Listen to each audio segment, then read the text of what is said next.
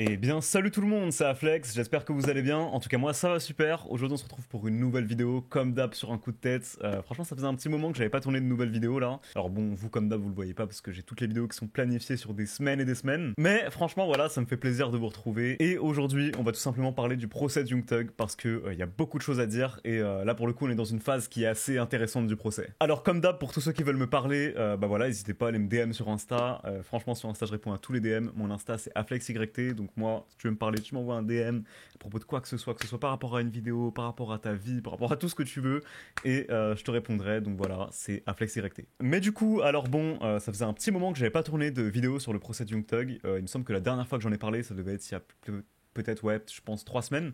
Mais c'est assez intéressant parce que dernièrement, donc déjà attendez, pour faire un contexte en fait par rapport à ce qui s'était passé avant. Donc la dernière fois en fait, quand je vous parlais du procès de Young Thug, en gros je vous avais raconté que le juge a été viré parce que bah en fait il avait été prouvé que le mec était corrompu. Enfin c'est pas le mec, c'est le juge. Le juge était putain de corrompu, c'est un truc de dingue. Et l'avocat de Young Thug, donc Brian Steele, a réussi à prouver que ce mec était corrompu. Du coup en fait en gros il entretenait des conversations qui étaient totalement interdites et tout avec le parti adverse, donc le parti qui voulait bah, vraiment mettre Young Thug en prison. Et ça c'était vraiment quelque chose de très grave, ce qui a fait qu'il a carrément été viré de l'affaire. Suite à ça du coup bah d'ailleurs c'était pour ça en fait que le juge avait envoyé l'avocat de Young Thug en prison à la base pour diffamation. Et d'ailleurs c'était un truc de ouf parce que l'avocat de Young Thug était dans la même cellule que Young Thug, donc c'est-à-dire qu'il y avait l'avocat plus le rappeur dans la même cellule, un truc de fou. Mais du coup suite à ça voilà, il s'est défendu et tout. Maintenant le juge a été viré. Après ça ils ont essayé de élire, enfin pas d'élire je veux dire, mais de... Bref, en gros, de choisir, de sélectionner une autre juge. Et du coup, en fait, à la base, il y avait une juge qui devait venir dans l'affaire, mais elle a refusé d'entrer parce qu'elle voulait pas juger Young Thug, parce qu'elle avait peur, en gros, que si elle le déclare coupable ou quoi, et ben, ils s'en prennent à sa famille et tout, et ce qui est totalement normal. Du coup, elle a refusé de participer. Et à la place, maintenant, c'est une nouvelle juge, encore une autre, qui cette fois-ci a l'air vraiment très objective, très professionnelle et tout, qui est vraiment, bah ça y est, qui a instauré vraiment des nouvelles règles et tout, et maintenant, voilà, le procès est parti avec elle. Et donc voilà où on en est aujourd'hui. Mais du coup, entre-temps, c'est assez intéressant en fait parce que je vous avais parlé en fait pour vraiment, ça c'est vraiment pour ceux qui me suivent depuis longtemps, mais au tout début de cette chaîne en gros, l'une des premières choses dont j'avais parlé en fait c'était d'un mec qui s'appelait Lil Woody. Lil Woody c'est qui en fait? C'est un ami d'enfance de Young Thug, un mec vraiment, pour le coup un vrai mec de la rue et tout, hein, genre vraiment quelqu'un avec qui il a grandi et tout, qui a en fait balancé Young Thug mais vraiment pendant un long moment. Et c'est-à-dire qu'il a vraiment donné plein d'infos sur lui, plein d'infos sur le gang, enfin vraiment le mec en fait a tout fait pour sauver sa propre peau quoi, et en gros du coup il a mis dans la merde beaucoup de gens. Sauf que le truc en fait c'est que lui c'est un ouf en fait, c'est une balance mais c'est quand même un ouf. Et dernièrement en fait du coup ce qui s'est passé c'est que bah forcément voilà maintenant ce qui était inévitable est arrivé, il s'est retrouvé en face à face avec Young Thug du coup dans la cour en fait, donc dans le tribunal, et cette fois-ci on lui posait des questions et s'il avait balancé Young Thug il devait l'assumer devant lui, genre droit dans les yeux, pendant que Young Thug le regardait. Et ce qui s'est passé au final c'est que bon comme la plupart des balances il a vraiment pas du tout assumé.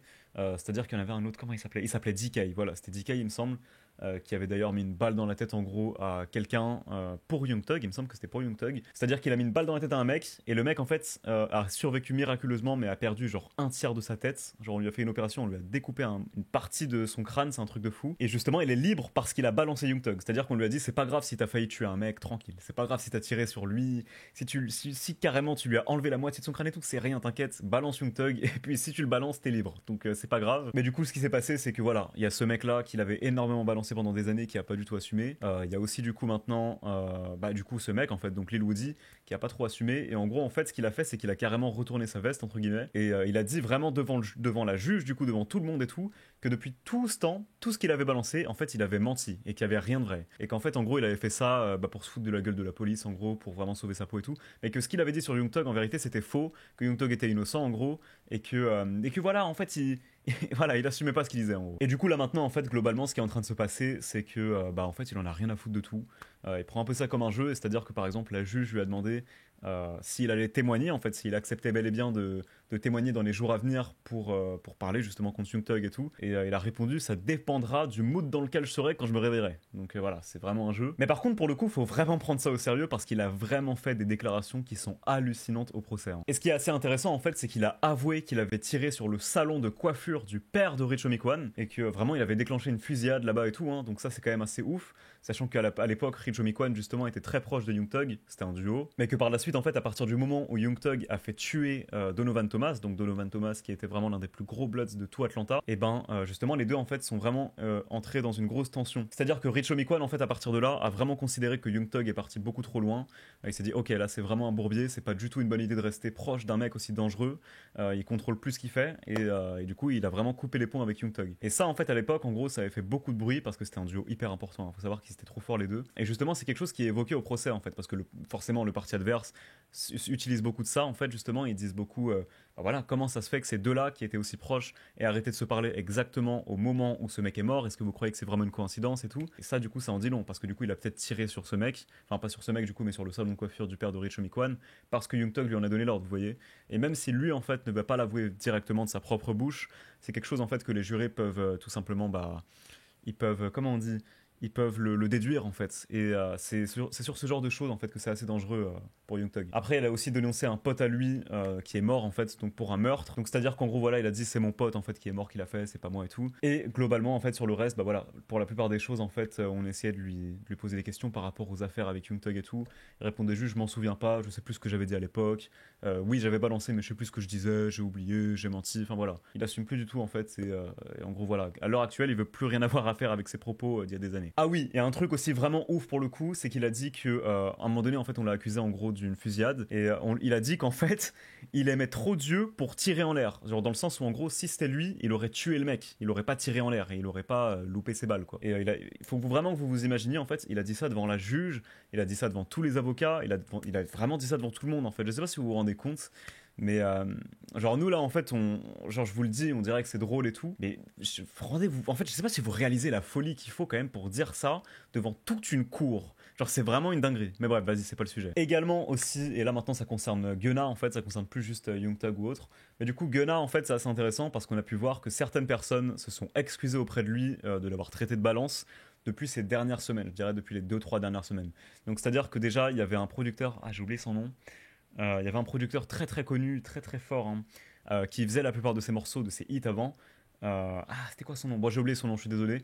Mais en gros, il l'a refollow sur Insta, alors qu'à l'époque, justement, lui, il avait pris la parole, il avait dit que c'était un rat en story. Et ça, c'est assez sérieux, si vous voulez mon avis. Donc, déjà, on peut voir que certaines vestes commencent à se retourner. Et il y a aussi le fondateur du label de YSL qui a dit publiquement, en fait, qu'il s'excusait totalement auprès de Gunna pour l'avoir balancé, enfin, pour l'avoir insulté de rat, que vraiment, ça avait rien à voir, en fait, qu'il s'était totalement trompé sur cette affaire et que Gunna était quelqu'un d'intègre et tout. Alors, si vous voulez mon avis, moi je pense que ça arrive pas par hasard. Je pense qu'en fait ils ont clairement vu que Gunna c'est un artiste qui n'a pas forcément besoin du soutien de beaucoup de gens en fait à Atlanta, contrairement à ce qu'on pouvait penser avant. C'est-à-dire que franchement à l'époque même moi j'aurais pas cru qu'il resterait en vie entre guillemets comme ça. Hein.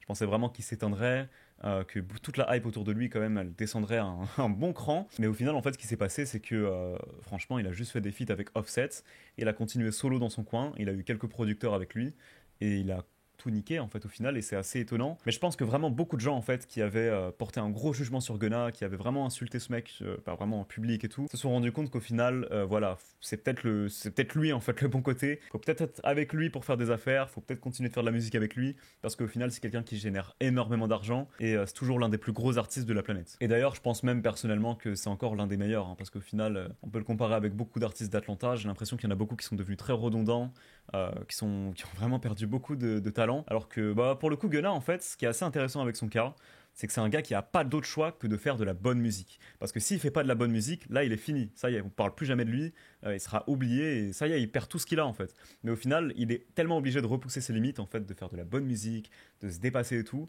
que il lâche des bons albums en fait, il lâche des bons morceaux et tout. Et pour le coup, c'est assez intéressant. Moi, je me rappelle d'ailleurs qu'à l'époque où, bon, c'était pas non plus hardcore à ce point-là, mais à l'époque, en gros, il y avait Tory Lanez en fait qui était très boycott par rapport à son histoire avec Megan Thee Stallion, parce qu'en gros, on l'accusait de l'avoir tiré dessus dans son pied et tout. Enfin bref, une histoire hyper bizarre. Et je me rappelle qu'à l'époque, il avait sorti un album en fait. Déjà de base, c'était un silence radio. Hein. Il y avait plein de gens qui l'attaquaient. Il y avait vraiment Rick Ross et tout. Le mec n'a pas parlé, il s'est pas exprimé pendant genre 2 mois. Il est revenu avec un album surprise du jour au lendemain. Et l'album était hyper sous-coté. Il avait des stats mais dégueulasses. J'étais choqué. Il y avait des morceaux qui ne dépassaient même pas le 1 000 000 d'écoutes sur Spotify. Hein. C'est vraiment très peu pour un artiste US. Et pourtant, il était hyper fort. Genre, c'est-à-dire que vraiment, il avait une voix qui était magnifique. Il chantait super bien. Il rappait hyper bien. C'était très bien écrit. Et justement, c'était assez intéressant parce que lui aussi, bon, encore une fois, hein, c'était pas non plus vraiment dos au mur à ce point-là, mais à l'époque, il n'avait pas d'autre choix que de faire de la bonne musique, et au final, ça a donné un album absolument incroyable. Et d'ailleurs, en parlant de Gunnar, au moment où je tourne cette vidéo, en fait, il n'y a pas très longtemps, c'était l'anniversaire de Young Thug, et en gros, en fait, il a vraiment fait toute une story sur Insta où il a mis plein de photos avec Young Thug, en l'appelant clairement son frère, et en disant clairement que voilà, pour lui ça n'avait pas bougé, que leur relation était toujours la même et qu'il l'aimait quoi. Donc maintenant, à voir en fait ce que ça va vraiment donner dans les mois à venir. Moi je suis vraiment curieux de voir ce que Young Thug en pense. Honnêtement, je pense qu'il le considère comme une grosse balance.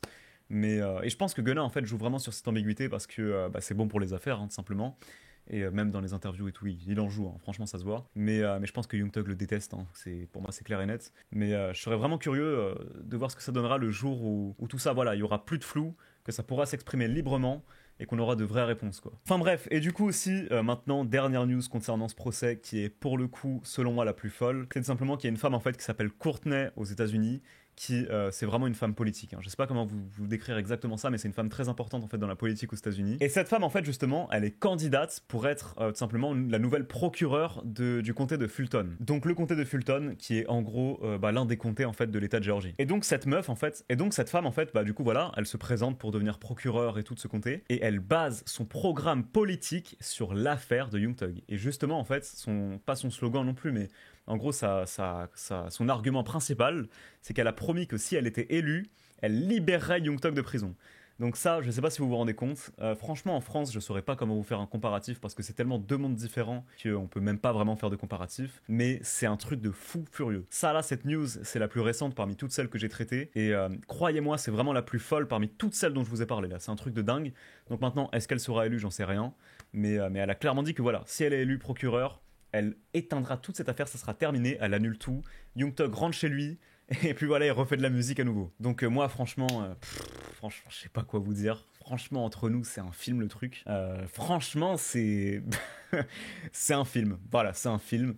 Et si elle est élue et qu'elle libère vraiment Young Thug après avoir été élue procureur, c'est dingue. Mais d'ailleurs, c'est pas la première fois qu'il y a des hommes politiques ou même des femmes politiques qui s'expriment sur lui, hein. Et il y a pas longtemps, il y a d'ailleurs aussi Donald Trump qui s'est exprimé en live avec Adin Ross et qui avait clairement dit qu'en gros pour lui, Young Thug n'était pas bien traité en prison et qu'il devrait être libéré et que voilà, il devrait rentrer chez lui tout simplement. Alors maintenant voilà, moi je vais pas non plus m'exprimer sur ça, je vous donnerai mon avis sûrement une autre fois quand il y aura plus de choses à dire, mais en tout cas, je trouve ça assez impressionnant et vraiment fou pour le coup que des gens aussi importants en fait dans la politique de ce pays soient aussi impliqués en fait pour un rappeur quoi, hein. En vrai c'est dingue, hein. C'est comme à l'époque quand Donald Trump avait libéré Kodak Black et Lil Wayne et même ASAP Rocky, hein, plusieurs fois d'ailleurs, même deux fois. C'est ouf. C'est comme si je vous disais qu'Emmanuel Macron libérait des mecs comme Lacrim et tout. Enfin, ça serait surréaliste, mais écoutez, c'est un autre monde. Quoi qu'il en soit, en tout cas, voilà, c'était Afflex. J'espère que cette vidéo vous aura plu. Honnêtement, j'ai pas non plus encore plus de choses que ça à dire, mais ça m'a fait super plaisir, franchement, de vous retrouver. Pour tous ceux qui veulent me parler sur Insta, n'hésitez pas à me DM encore une fois. Mon Insta, c'est AfflexYT. Je réponds à tous les DM. Et au passage, avant de vous laisser, je tenais aussi à vous remercier pour toute la force que vous me donnez. Franchement, merci énormément. Je vois souvent vos commentaires sous mes vidéos, souvent vos DM sur Insta. Enfin, franchement, ça me touche de dingue. Donc vraiment voilà, si vous voulez me parler un jour, n'hésitez jamais, ça sera toujours avec grand plaisir. Et même si j'ai beaucoup de DM et que c'est vrai que des fois je prends vraiment des jours et des jours à répondre, puis voilà, parfois je pars en vacances et tout, hein, je vais pas me mentir non plus. Mais sachez que vraiment ça sera toujours quelque chose d'important à mes yeux de vous répondre. Et pour le coup, je pense que c'est important en fait que toute cette force que vous me donnez, que je prenne jamais ça pour acquis en fait. Parce qu'à partir du moment où tu prends ce genre de choses pour acquises dans la vie, c'est là où ta vie en fait elle peut partir en vrille parce que tu oublies la valeur des choses. Et je sais que moi pour le coup voilà, c'est vraiment quelque chose que je prendrai jamais à la légère, que c'est vraiment quelque chose pour lequel voilà, ça sera toujours très important à mes yeux en fait. Et voilà, moi je réalise bien que vous êtes vraiment des vraies personnes et c'est dingue en fait pour moi qu'il y ait vraiment des gens en fait derrière là par exemple moi je suis tout seul, je parle à ma caméra, je suis tout seul, même si j'ai pas l'impression d'être tout seul en soi parce que j'ai l'habitude, mais par exemple que toi en direct là qui me regarde derrière ton écran, tu vois, que tu me regardes, que tu m'écoutes, que tu aimes bien mes vidéos, peut-être que tu as l'habitude de m'écouter et tout, bah franchement c'est ouf pour moi en fait. Et c'est quelque chose qui me touche vraiment beaucoup quand je vois vos messages et tout, donc voilà. Franchement merci énormément et voilà, je sais pas quoi vous dire à part ça, mais ça me touche beaucoup. En tout cas voilà, c'était Afflex, moi je vais vous laisser là, merci encore à tous et sur ce, ciao!